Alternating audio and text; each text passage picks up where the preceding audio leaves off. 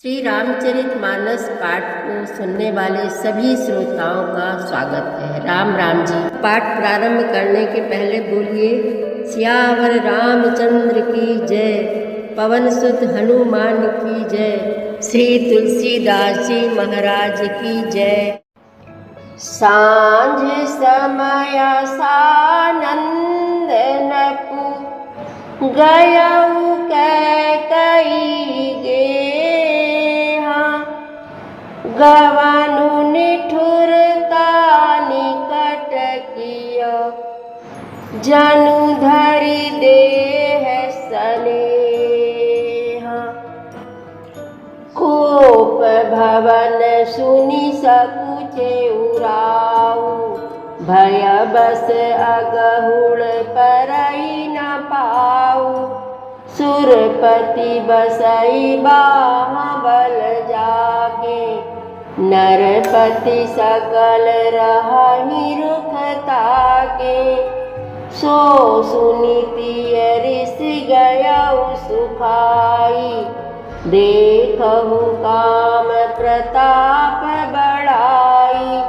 शूल कुलिस यसी अंग बनिहारे, तेरतिनाथ सुमन सर मारे। सभय नरे सुप्रिया पहि गयऊ, देखि दशा दुख दारुण भयऊ। भूमि शयन पटु मोट पुराना, दिए डारि तन भूषण नाना। कुमति कसी कुबेसता भावी, अनयहि बातु सूच जनु भावी।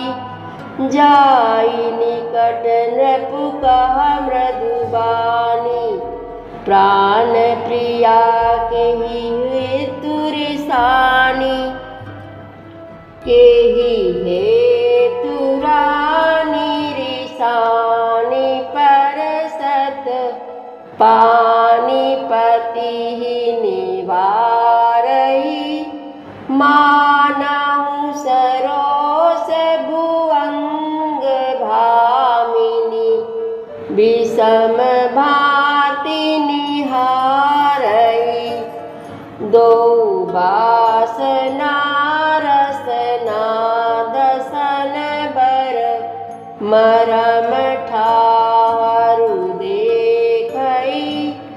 तुलसी नृपति भवता व्यथा बस, काम कौतुक लेखई। तुलसीदास जी महाराज कहते हैं कि अयोध्या नगरी में बड़ी चहल पहल मची हुई है। राज दरबार में बड़ी भीड़ हो रही है, चारों ओर प्रसन्नता का वातावरण है। परंतु एक कैकई के हृदय में बड़ी ही जलन हो रही है। कुसंगति पाकर कौन नष्ट नहीं होता। नीच के मत के अनुसार चलने से चतुराई नहीं रह जाती। संध्या के समय राजा दशरथ आनंद के साथ कैकई के महल में गए, मानो साक्षात स्नेह ही शरीर धारण कर निष्ठुरता के पास आ गया हो। कोप भवन का नाम सुनकर राजा सहम गए। डर के मारे उनका पांव आगे को नहीं पड़ता।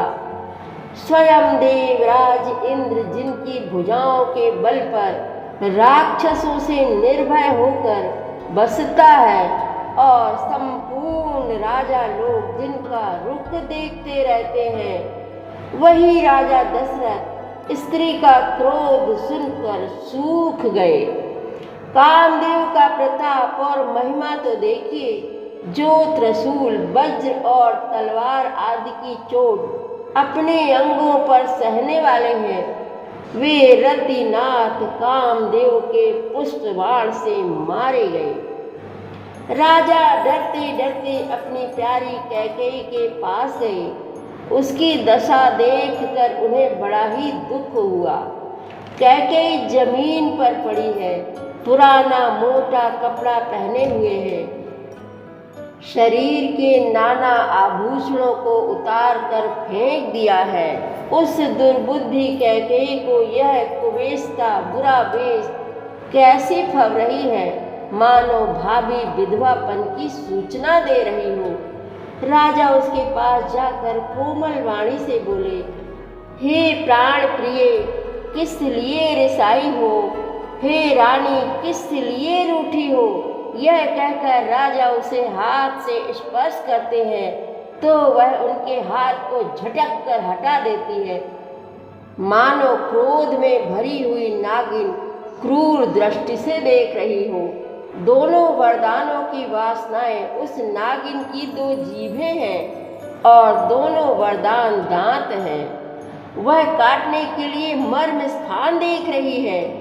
तुलसीदास जी महाराज कहते हैं कि राजा दशरथ होनहार के वश में होकर रानी के इस प्रकार हाथ झटकने और नागिन की भांति देखने को कामदेव की क्रीड़ा ही समझ रहे हैं। बार बार कहराऊ सुमुखी सुलोचनी पिक बचनी, कारण मोहि सुनाऊ गजगामिनी निज कोप कर। सियावर रामचंद्र की जय, पवन सुत हनुमान की जय, श्री तुलसीदास जी महाराज की जय। प्रतिदिन श्री रामचरितमानस पाठ में शामिल होने के लिए हमारे चैनल अपनी विरासत को सब्सक्राइब कर लीजिए और घंटी का बटन भी दबा दीजिए, जिससे रोज़ सुबह 7 बजे आपके मोबाइल में एक दोहा रामायण पाठ का आ जाएगा। वीडियो को ज़्यादा से ज़्यादा शेयर करके इस नए काम में भागीदार बनिए। धन्यवाद।